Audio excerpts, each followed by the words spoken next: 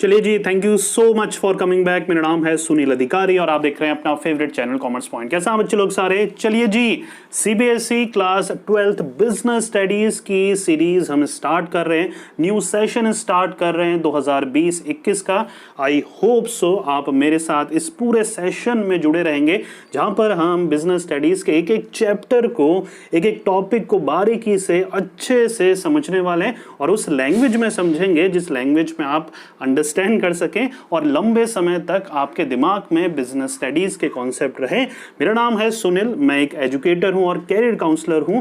I hope so आपने मेरा पहला वाला चैनल देख के, आई होप सो आप वहां से आप यहां पर आए होंगे। Student can I help you मेरा प्राइमरी चैनल है, जो मेन चैनल है।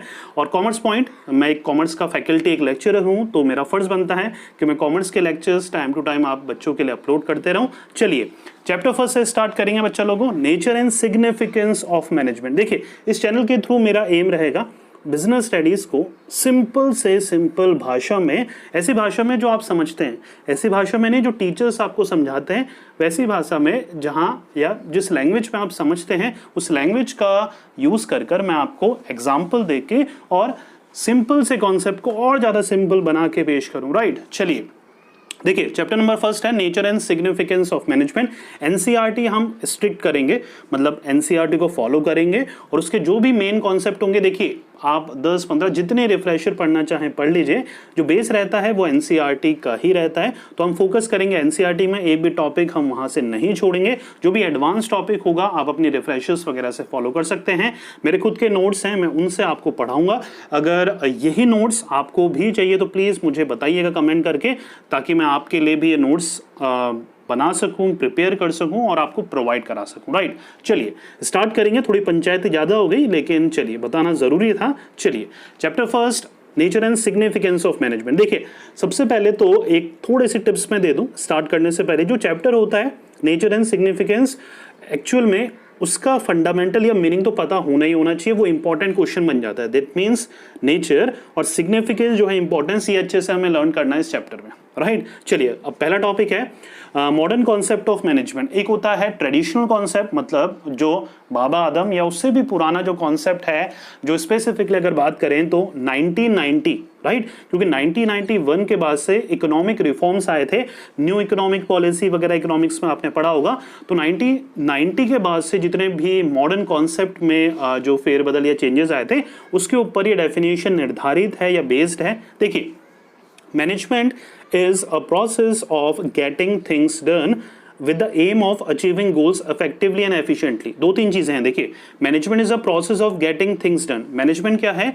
एक ऐसा प्रोसेस है जिसके थ्रू एक मैनेजर, देखिए जब भी मैनेजमेंट की बात आती है तो आपको दिमाग में क्या रखना है? एक मैनेजर को याद रखना है। राइट, तो मैनेजमेंट क्या है? एक ऐसा प्रोसेस है जिसके थ्रू एक मैनेजर लोगों से काम करवाता है, लोगों से काम करवाता है, खुद नहीं करता, वो खुद बहुत आलसी है। राइट, वो लोगों से काम करवाता है। और एम क्या है उसका? एम मतलब गोल क्या है? Aim of achieving goals effectively and efficiently. उसका मेन एम क्या है? लोगों से काम कराना, ताकि ऑर्गेनाइजेशन का गोल इफेक्टिवली और एफिशिएंटली अचीव हो पाए। यहां तक क्लियर हो रहा है? एफिशिएंटली और इफेक्टिवली क्या है, इन दोनों के बीच में डिफरेंस है, जो आपके एग्जामिनेशन में भी पूछा जाता है। तो नेक्स्ट टॉपिक हम वही डिस्कस करने वाले हैं। चलिए, difference between effectiveness and efficiency. Simple सी मीनिंग है, सिंपल सा पॉइंट, मैंने 2 पॉइंट में इसका मीनिंग समझा रखा है। देखिए, effectiveness refers to completion of task on time. Effectiveness क्या होता है? किसी भी टास्क को टाइम में कंप्लीट करना। किसी भी टास्क को, जो भी एक मैनेजर ने किसी बंदे को टास्क दिया है, उसको अगर वो टाइम पे कंप्लीट कर लेता है तो हम क्या बोलेंगे कि भैया वो जो इंडिविजुअल है, वो जो सबऑर्डिनेट है, वो जो वर्कर है, वो इफेक्टिव है, क्योंकि उसने, मतलब हमने जितना भी टाइम उसको दिया था वो काम करने के लिए, उसने वो उतने टाइम में वो काम कर लिया है। यस और नो? चलिए, एफिशिएंसी क्या होता है? देखिए, efficiency refers to completion of task correctly. मतलब एफिशिएंसी मतलब क्या होता है? काम अच्छे से करना plus with minimum cost, with no wastage of resources. काम उसी टाइम पे हो जरूरी नहीं है, लेकिन काम हो जाना चाहिए। लेकिन मेन चीज क्या है एफिशिएंसी में? कि भैया वेस्टेज ऑफ रिसोर्सेज नहीं होने चाहिए। यहां तक क्लियर हो रहा है? तो इफेक्टिवनेस टाइम पे ज़्यादा फोकस करता है और एफिशिएंसी, वेस्टेज ऑफ रिसोर्सेज कम से कम हो, इस पे ज़्यादा फोकस करता है। यस और नो बच्चों बताइए, हो रहा है बच्चों क्लियर? चलिए आगे बढ़ते हैं। कैरेक्टरिस्टिक्स और फीचर्स ऑफ मैनेजमेंट, देखिए दोनों एक ही चीज़ है, कैरेक्टरिस्टिक्स बोल लीजिए या फिर फीचर्स बोल लीजिए, तो आपको ये दोनों के बीच में डिफरेंस याद रखना है कि दोनों एक ही चीज़ है। इसको हमने क्या फेरबदल नहीं करना या इसको कंफ्यूज नहीं होना है। जब अगर कैरेक्टरिस्टिक्स सुनेंगे तो फीचर, फीचर सुनेंगे तो कैरेक्टरिस्टिक्स, सिंपल। चलिए पहला फीचर है management is a goal oriented process. Management is a goal oriented process. सबसे पहला काम क्या है मैनेजमेंट का? गोल बनाना। सर जी आप मैनेज क्या करेंगे, राइट? तो सबसे पहला काम क्या है कि गोल होगा तो उसी को मैनेज करेंगे ना। सबसे पहले ऑर्गेनाइजेशन और मैनेजर का काम है, टॉप लेवल का काम है कि गोल सेट करो। गोल सेट करोगे तो उसको अचीव करने के लिए तो प्लानिंग करोगे। फंक्शंस याद हैं, planning, organising, staffing, directing, controlling. ये सारी चीजें किस चीज के लिए करोगे अगर गोल सेट नहीं होगा? तो सबसे पहला काम क्या है मैनेजर का? गोल सेट करना है और सबको मोटिवेट रखना उस गोल को अचीव करने के लिए। सिंपल, कोई कंफ्यूजन नहीं। चलिए second, management is pervasive. Management is pervasive. Pervasive मतलब क्या होता है? ओमनी प्रेजेंट, हर जगह जो विलाप्त है। भगवान के लिए बोलते हैं यार कि भगवान क्या है? परवेसिव है, ओमनी प्रेजेंट है, हर जगह हम उसको देख सकते हैं, उसकी नीड को फेल्ट कर सकते हैं, राइट? तो मैनेजमेंट के लिए भी बोला जाता है। मैनेजमेंट के लिए क्या बोला जाता है कि ऑर्गेनाइजेशन चाहे बड़ी हो, छोटी हो, मीडियम साइज की हो, ऑर्गेनाइजेशन इंडिया में हो, ऑस्ट्रेलिया में हो, यूएस में हो, इंग्लैंड में हो, नामीबिया में हो, जिम्बाब्वे में हो, कहीं पर भी हो, मैनेजमेंट की जरूरत हर जगह पड़ती है। एक स्कूल को जितनी मैनेज करने की जरूरत पड़ती है उतनी ही एक पेट्रोल पंप को जितनी मैनेज करने की जरूरत पड़ती है उतनी ही एक एमएनसीज को जितनी जरूरत पड़ती है उतनी ही एक मल्टीनेशनल कॉर्पोरेशन को तो उतनी ही एनजीओ को। मतलब कहने का मतलब सिंपल सी बात यह है कि परवेसिव मतलब होना यूनिवर्सल होना, मतलब हर जगह उसकी नीड फेल्ट होती है, हर जगह उसकी जरूरत पड़ती है, राइट? हमें स्टूडेंट लाइफ में भी हमें स्टडी को मैनेज करना पड़ रहा है। सिर्फ बिजनेस स्टडीज ही आपका एक 12th में सब्जेक्ट है नहीं ना, 5-6 सब्जेक्ट हैं यार, राइट? तो उन सबको मैनेज करना पड़ रहा है, तो वहां पर भी मैनेजमेंट है, वहां पर भी परवेसिव है। तो परवेसिव मतलब हुआ यूनिवर्सल, कोई भी ऐसा कॉन्सेप्ट जो कि हर जगह अप्लाई हो, हर जगह यूज्ड हो, हम उसको क्या बोलते हैं? परवेसिव। यहाँ तक क्लियर हो रहा है? कोई कंफ्यूजन? चलिए third point, management is multi dimensional. Multi dimensional मतलब कि भैया एक ही पहलू, मतलब मैनेजमेंट का सिर्फ एक ही पहलू नहीं है, 3-4 चीजों के कॉम्बिनेशन से बना हुआ है। कौन कौन से कॉम्बिनेशन है? मैनेजमेंट ऑफ वर्क, वर्क को मैनेज करना जरूरी है क्या? वर्क को मैनेज करना बिल्कुल जरूरी है। अनलेस एंड अनटिल एक मैनेजर ने काम तो दे दिया लेकिन ये नहीं देख रहा कि वो काम हो रहा है नहीं हो रहा, कितने टाइम पे हो रहा है, कौन वर्क कर रहा है कौन नहीं कर रहा, तो ये गलत बात है। तो मैनेजर को मैनेज ऑफ वर्क भी करना पड़ेगा, मैनेजमेंट ऑफ वर्क भी करना पड़ेगा, वर्क को मैनेज करना पड़ेगा, क्योंकि unless and until work achieve नहीं होगा, वर्क टाइम पे कंप्लीट नहीं होगा, हमारा जो गोल है, ऑर्गेनाइजेशन का गोल है, वो अचीव नहीं होगा। यस और नो? हो रहा है बच्चों क्लियर? सेकंड चीज क्या है? मैनेजमेंट ऑफ पीपल, लोगों को मैनेज करना। क्या ये भी जरूरी है? बिल्कुल जरूरी है, क्योंकि जो डेफिनेशन पढ़ी हमने मॉडर्न कॉन्सेप्ट की, management is the art of getting things done through others. लोगों से काम करवाना है। एक मैनेजर है, एक मैनेजर पूरी ऑर्गेनाइजेशन का काम कैसे करेगा? तो उसको वो एबिलिटी होती है, एक एबिलिटी आनी चाहिए दूसरों से काम करवाने की।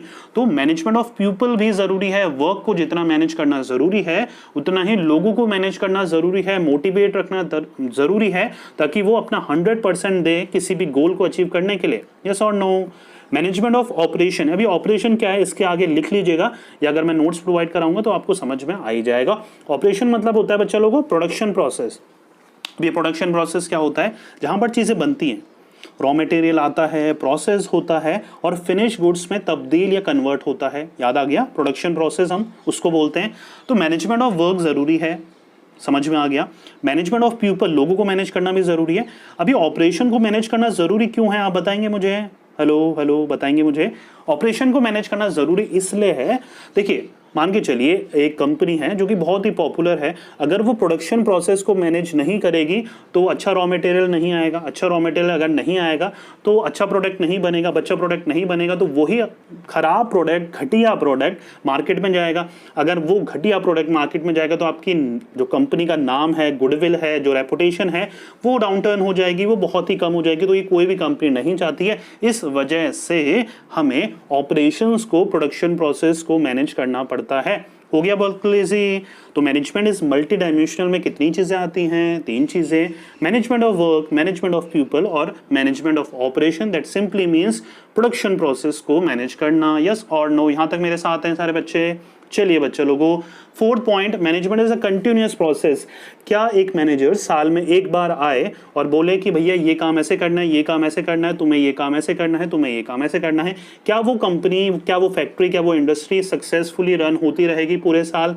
नहीं, ये कंटिन्यूअस प्रोसेस है। हर दिन आके एक मैनेजर को प्लानिंग करनी पड़ेगी, ऑर्गेनाइजिंग करनी पड़ेगी, स्टाफिंग करनी पड़ेगी, डायरेक्टिंग करनी पड़ेगी, ऑर्गेनाइजेशन, कोऑर्डिनेशन, सब कुछ करना पड़ेगा। Therefore management is a continuous process, continuous, चलते रहना पड़ेगा, करते रहना पड़ेगा, राइट? तो मैनेजमेंट क्या है? कंटिन्यूअस प्रोसेस है। Management is a group activity. देखिए मैनेजमेंट में यह सिंपल सी चीज क्या है, एक मैनेजर अकेले अपने बलबूते पे ऑर्गेनाइजेशन नहीं चला सकता। It requires human being, it require subordinates, individual workers, staff की रिक्वायरमेंट होती है। तो ये हो गई ग्रुप एक्टिविटी, राइट? एक इंडिविजुअली ऑर्गेनाइजेशन गोल अचीव नहीं कर सकता। Therefore a manager required a team, a manager requires subordinates, worker or a staff in order to accomplish a particular goal. तो यहाँ पर ग्रुप एक्टिविटी पे ज्यादा फोकस होता है ऑर्गेनाइजेशन में, rather than giving a task to an individual, right? Management focus करता है गिविंग अ टास्क और a certain set of task to a group. तो वहां पर क्या होगा, एक एटमॉस्फेयर भी अच्छा, भाईचारे वाला एटमॉस्फेयर, हार्मनी वाला एटमॉस्फेयर क्रिएट होगा, फ्रेंडशिप डेवलप होगी और एक कोऑर्डिनेशन डेवलप होगा between the different interest group. जितने भी वर्कर्स हैं उनके बीच में कोऑर्डिनेशन डेवलप होगा। तो therefore management is a group activity, right? Group activity है management. Management is a dynamic. Dynamic मतलब क्या होता है बच्चा लोगों? एवर चेंजिंग, जो चेंज ही होता रहे, राइट? तो यहां पर क्या है, मैनेजमेंट को, ऑर्गेनाइजेशन को खुद को कंटिन्यूअस बेसिस पर चेंज करना पड़ता है। Change according to the environment के हिसाब से खुद को चेंज करना आना चाहिए एक मैनेजर को। देखिए 2 चीजें होती है, एक होता है इंटरनल एनवायरमेंट, एक होता है एक्सटर्नल एनवायरमेंट। इंटरनल मतलब ऑर्गेनाइजेशन के अंदर जो भी चीजें हो रही हैं, राइट, उसमें हमारा रहता है पूरा कंट्रोल। लेकिन एक होता है एक्सटर्नल एनवायरमेंट, गवर्नमेंट की पॉलिसीज, पॉलिटिकल कंडीशंस, टेक्नोलॉजिकल जो चेंजेस आ रहे हैं, राइट, कस्टमर्स, इन्वेस्टर्स वगैरह, क्रेडिटर्स वगैरह, ये सारे आउटसाइडर्स हैं, यस और नो, है ना, राइट? तो अगर कस्टमर्स ने आपका प्रोडक्ट लेना बंद कर दिया, कस्टमर आपके प्रोडक्ट में चेंजेस चाहता है, उन्होंने आपका प्रोडक्ट यूज करना बंद कर दिया, तो आपको अडॉप्ट करना पड़ेगा, मॉडिफाई करना पड़ेगा, चेंज करना पड़ेगा खुद को, अपनी टेक्निक्स, अपने प्रोडक्शन प्रोसेस में चेंजेस करने पड़ेंगे ताकि सही प्रोडक्ट कस्टमर्स तक पहुंच पाए। तो मैनेजमेंट क्या है बच्चा लोगों? डायनेमिक फंक्शन है। A management needs to modify itself continual on a continual basis in order to meet the ever changing needs of a customer or in order to serve the customer, right? या customer हो गया, या political parties हो गई, या government condition हो गई, मतलब कुल मिलाकर इन टोटल क्या है, डायनेमिक फंक्शन है। और उसको एनवायरमेंटल फ्रेंडली बनना पड़ेगा, एनवायरमेंट के हिसाब से खुद को चेंज होना पड़ेगा। यस और नो, यहां तक क्लियर हो रहा है बच्चों? चलिए 7 पॉइंट देखते हैं। इंटेंजिबल, 7th और 8th क्लास की अगर साइंस पढ़ी होगी तो ये बहुत वर्ड आता था, इंटेंजिबल, राइट? तो इंटेंजिबल मतलब क्या था? Which can be seen, it's presence can be felt, right? Which can not be seen, not था ना, which can not be seen जो दिखता नहीं है बट उसकी प्रेजेंस हम फेल्ट कर सकते हैं। तो मैनेजमेंट को भी हम इंटेंजिबल या मैनेजमेंट भी इंटेंजिबल नाम से जाना जाता है। दैट सिंपली मीन्स, एग्जाम्पल की तरह आपको बताना पड़ेगा। आप देखते हैं क्लासरूम में जब आप अपने कॉरिडोर में जाते हैं ना, कोई भी खाली पीरियड में या कोई भी ऐसे पीरियड में जो कि फर्स्ट या सेकंड पीरियड है, आपको बाहर जाने का मौका मिला है, तो आप रोम करते हैं, घूमते हैं, तो जाते हैं देखते हैं कि यार एक क्लास बहुत शोर कर रही है, एक क्लास बिल्कुल शांत बैठी हुई है। तो क्या बोलते हैं, यार टीचर बहुत अच्छे से मैनेज कर रहा है वो क्लास को। तो क्या आप उस क्लास में अंदर जाके देखा आपने? क्या देखा कौन सा टीचर है, वो कैसे पढ़ा रहा है? नहीं देखा ना, आपने रिजल्ट से देख लिया। रिजल्ट क्या था? क्लास बिल्कुल चुप थी, वहां से कोई भी आवाज नहीं आ रही थी, बच्चे सीधे बैठे हुए थे, बोर्ड की तरफ उनका ध्यान था। तो ये सारी चीजें क्या हैं? It's presence can be felt. पूरा बच्चों क्लियर? आपने कुछ नहीं देखा लेकिन उसके रिजल्ट से, मैनेजमेंट के रिजल्ट से आपको पता लग गया कि यार ये बढ़िया है। अच्छा दूसरा एग्जाम्पल लो, रिलायंस इंडस्ट्रीज, टाटा, अंबानी, बिरला, ये इतने फेमस कैसे हैं? क्या आपको पता है ये वर्क कैसे करते हैं? लेकिन कैसे पता है? इनके रिजल्ट से पता है। क्या आपने इनकी फैक्ट्री या कंपनी में जाके देखा ये कैसे वर्क करते हैं, कैसे इतना टर्नओवर गेन कर रहे हैं? नहीं देखा ना, लेकिन उनके रिजल्ट से, रिजल्ट क्या है? उनकी जो प्रॉफिट होती है, उनकी जो बैलेंस शीट पब्लिश वगैरह होती है, वो जो फोर्ब्स की मैगजीन में उनका नाम आता है, तो ये क्या है? रिजल्ट है। तो ये सब चीजें क्या डिपिक्ट करती है? कि मैनेजमेंट क्या है, इंटेंजिबल है, हमें दिखता नहीं है यार क्या चल रहा है क्या नहीं चल रहा है, लेकिन उसके रिजल्ट से हमें पता लग रहा है। आपके लेवल पे अगर एग्जांपल दूं तो आपका रिजल्ट जो आता है ना, एनुअल रिजल्ट या बोर्ड का रिजल्ट, वो डिपिक्ट कर जाता है कि आपका कितने साल, मतलब पूरे साल कितना पढ़े हैं आप, राइट। तो इस वजह से मैनेजमेंट को क्या बोला जाता है, इंटेंजिबल। हो रहा है बच्चों क्लियर? चलिए मजाक मजाक में ऑब्जेक्टिव्स आ गए हैं हमारे, ऑब्जेक्टिव्स भी आज क्लियर कर लेते हैं हम। ऑब्जेक्टिव्स में क्या है देखिए, ऑब्जेक्टिव में 3 ऑब्जेक्टिव्स होते हैं बच्चा लोगों, ऑर्गेनाइजेशनल, सोशल और पर्सनल। एक बार वापस बोलेंगे, ऑर्गेनाइजेशनल, सोशल और पर्सनल। ऑर्गेनाइजेशन में 3 आते हैं, सर्वाइवल, प्रॉफिट और ग्रोथ। सिंपल।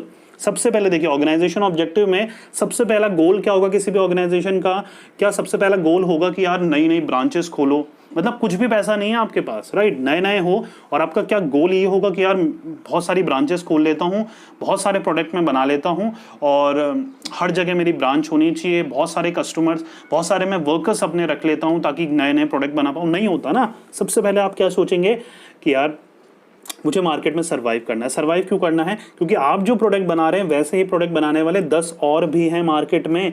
सबसे पहले आपकी स्ट्रेटेजी क्या होगी, मुझे सर्वाइव करना है। एक बार मैं सर्वाइव कर लूं फिर मुझे प्रॉफिट कमाने से कोई नहीं रोक सकता। तो पहले आप सर्वाइव करते हैं फिर प्रॉफिट की सोचते हैं। प्रॉफिट भी जरूरी है भाई, अपने वर्कर्स को पैसा क्या दोगे, उनको सैलरी कहां से दोगे, तो प्रॉफिट भी जरूरी है। देखिए एक ऑर्गेनाइजेशन अगर 4-5 साल तक प्रॉफिट नहीं कमाती है तो वो बंद हो जाती है। सिंपल सी बात है। तो सरवाइव करने के साथ साथ प्रॉफिट कमाना भी जरूरी है और प्रॉफिट के साथ साथ ग्रोथ भी जरूरी है। अपनी नई ब्रांचेस खोलना, अपने प्रोडक्ट को डाइवर्सिफाई करना, अपने प्रोडक्शन प्रोसेस है उसको एनहेंस करना, क्वालिटी को इंप्रूव करना, तो ये ग्रोथ का पार्ट है। पूरा बच्चों क्लियर? कोई कंफ्यूजन? ऑर्गेनाइजेशन ऑब्जेक्टिव में क्या है, 3 चीजें, सर्वाइवल, प्रॉफिट और ग्रोथ। सबसे पहले ऑर्गेनाइजेशन सर्वाइवल की सोचती है, फिर प्रॉफिट कमाने की सोचती है और फिर अपने बिजनेस को एक्सपेंड, बढ़ाने की सोचती है। चलिए सेकंड आता है सोशल ऑब्जेक्टिव। सोशल ऑब्जेक्टिव होता है सोसाइटी से रिलेटेड, मतलब एक बिजनेस की क्या रिस्पॉन्सिबिलिटी है सोसाइटी के लिए, है या नहीं है। भैया बिजनेस कहीं ना कहीं तो ऑपरेट करता होगा, उसके इर्द गिर्द कहीं ना कहीं तो सोसाइटी होगी, वो सोसाइटी के रिसोर्सेज को यूज में ले रहा है, बिजली, पानी, जमीन, तो उसका भी तो फर्ज है ना, कर्तव्य है एक बिजनेस का भी कि सोसाइटी को कुछ ना कुछ दे।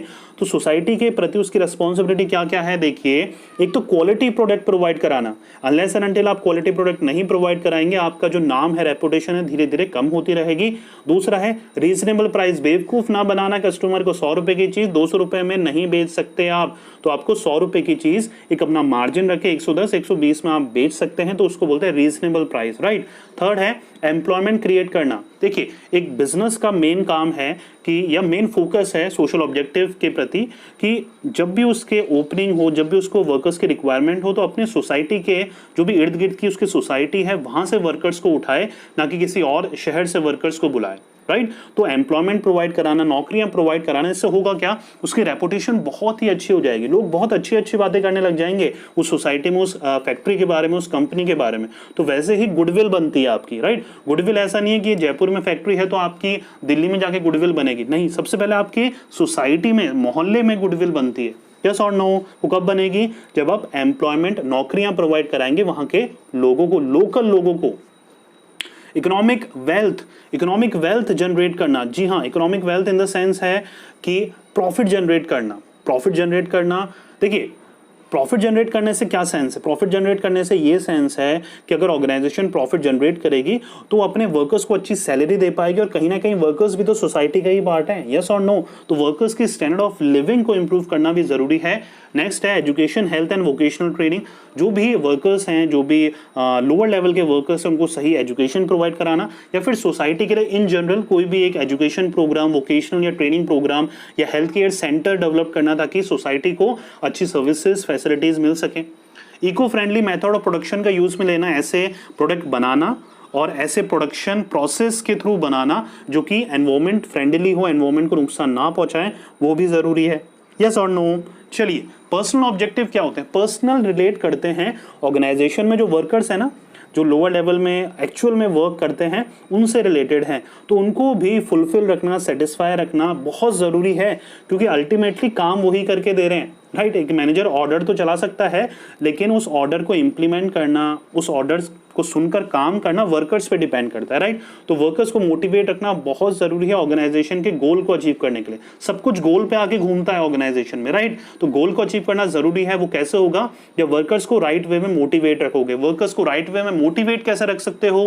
पहला है सैलरी एडिक्वेट प्रोवाइड करा के। एडिक्वेट मतलब होता है जितना उनसे काम ले रहे हो आप, जितना उनसे काम करवा रहे हो, उसके हिसाब से जो भी राइट सैलरी बनती है उनको वो राइट सैलरी देना। ऐसा नहीं रात दिन आप काम करा रहे हो, 16-16 घंटे काम करा रहे हो और 1 महीने बाद उनको 5,000 रुपए दे दिए कि आपका इतना ही बनता है। ऐसा नहीं करना है, राइट। नहीं तो वो ऑर्गेनाइजेशन को छोड़ के चले जाएंगे, मन लगा के काम नहीं करेंगे, राइट। देखिए नेक्स्ट है गुड वर्किंग कंडीशन। उनको अच्छी वर्किंग कंडीशन प्रोवाइड कराना। जहां पर भी वो काम कर रहे हैं वहां पर लाइटनिंग प्रॉपर हो, एयर का वेंटिलेशन प्रॉपर हो, पानी के लिए फैसिलिटी हो, चाय कॉफी के लिए कोई फैसिलिटी हो, बैठने की कोई फैसिलिटी हो, राइट। तो ये सारी चीजें नॉर्मल जो वर्किंग कंडीशन है वो प्रॉपर प्रोवाइड कराना। नेक्स्ट है पीयर रिकॉग्निशन। पीयर रिकॉग्निशन मतलब जब भी वो अच्छा काम करें तो उनकी तारीफ कर देना, अप्रिशिएट कर देना, राइट। पीयर्स में उनके जो कलीग्स वगैरह हैं, फ्रेंड सर्किल या ग्रुप में हैं, वहां पर उनको एकजुट होकर काम करवाना या ऐसा कोई टास्क डेवलप करना जहां पर ग्रुप में होके काम कर सकें, तो ग्रुप मतलब हार्मनी बन सके, उनका फ्रेंडशिप डेवलप हो सके, तो कहीं ना कहीं पीयर रिकॉग्निशन भी जरूरी है, राइट। कहीं ना कहीं उनको रिकॉग्नाइज करना या उनसे ऐसा काम करवाना जहां पर उनको लगे कि यार ऑर्गेनाइजेशन हमसे बहुत बड़ा काम करा रही है, इसकी रिस्पॉन्सिबिलिटी हमें दे रही है, तो हमें भी अच्छा काम उनके लिए करके देना है। उनको राइट ट्रेनिंग प्रोवाइड कराना बहुत जरूरी है। बच्चा लोगों को ट्रेनिंग एंड डेवलपमेंट बहुत जरूरी है एक वर्कर्स के लिए, ताकि वर्कर्स को फील हो कि हमारी ऑर्गेनाइजेशन अच्छी है, हमारे स्किल को डेवलप कर रही है। इनकेस अगर हम ऑर्गेनाइजेशन छोड़ के भी जाते हैं तो ये स्किल सीखना हमें बहुत फ्यूचर के लिए बहुत बेनिफिशियल रहेगा। यस और नो? सोशल रिकॉग्निशन, सोसाइटी में उनकी रिकॉग्निशन। सोसाइटी में रिकॉग्निशन कैसे मिलेगी? वो उनको परमानेंट जॉब प्रोवाइड करा दो, राइट। अगर एक मैनेजमेंट वर्कर्स को एक परमानेंट जॉब प्रोवाइड करा रहा है, अच्छा स्टैंडर्ड ऑफ लिविंग प्रोवाइड करा रहा है, अच्छी सैलरी उनको प्रोवाइड करा रहा है, तो कहीं ना कहीं वो एक वर्कर ही है। अच्छे से सुनिएगा, वो एक वर्कर ही है जो ऑर्गेनाइजेशन की रेपुटेशन को इंक्रीज करता है। वो एक वर्कर ही है जो ऑर्गेनाइजेशन की रेपुटेशन को इंक्रीज करता है। अगर वर्कर्स 100% अपना एफर्ट दे रहा है, दैट मीन्स वो 100% सेटिस्फाई है, ऑर्गेनाइजेशन से मोटिवेटेड है, और वो हमेशा अच्छी बात ही करेगा। ऑर्गेनाइजेशन के बाहर जब भी वो जाएगा, जब भी छुट्टी के बाद घर जाएगा, अपने फ्रेंड से मिलेगा, तो कहीं ना कहीं वो ऑर्गेनाइजेशन की तारीफ ही करेगा। यहां तक क्लियर हो रहा है बच्चों? तो ये थे हमारे 3 ऑब्जेक्टिव, ऑर्गेनाइजेशन, सोशल और पर्सनल। आई होप सो आज का वीडियो रहा होगा आप बच्चों के लिए यूजफुल। 3 मेन टॉपिक हमने डिस्कस करे थे। सबसे पहला मीनिंग देखी थी modern concept of management, effectiveness और एफिशिएंसी के बीच में डिफरेंस देखा था। फिर हमने देखे थे कैरेक्टरिस्टिक्स, नियर अबाउट 7 कैरेक्टरिस्टिक्स हैं आपकी बुक्स में। फिर हमने ऑब्जेक्टिव्स देखे थे। आई होप सो आज का सेशन रहा होगा बहुत ही ज्यादा वैल्यूएबल। ऐसे ही interesting, easy to remember, easy language के लिए, ज़्यादा कॉम्प्लेक्स नहीं करेंगे, सिंपल मस्ती मजाक चलता रहेगा और बीएसटी हमारी कंप्लीट होती रहेगी। इस चैनल को सब्सक्राइब करना मत भूलिएगा। नोटिफिकेशन बेल में ऑल आप कर सकते हैं, जिससे होगा क्या, जब भी मैं वीडियो पोस्ट करूंगा, नियर अबाउट टाइमिंग यही रहेगा, रात के 8 से 9 बजे के नियर अबाउट हर रात आपको वीडियो मिल जाएगा बिजनेस स्टडीज का। हम ऐसे ही अपनी पढ़ाई आगे बढ़ाते रहेंगे। आई होप सो आपका सपोर्ट मिलेगा। वीडियो कैसा लगा प्लीज मुझे कमेंट करके जरूर बताइएगा। कोई भी आपके सजेशन है उसके लिए भी यू आर मोस्ट वेलकम, आप मुझे कमेंट कर सकते हैं। कोई भी पर्सनल क्वेश्चन के लिए आप मुझे इंस्टाग्राम में फॉलो कर सकते हैं। सबके लिंक आपको डिस्क्रिप्शन में मिल जाएंगे। Thank you so very much for watching. This is Sunil signing off. Bye.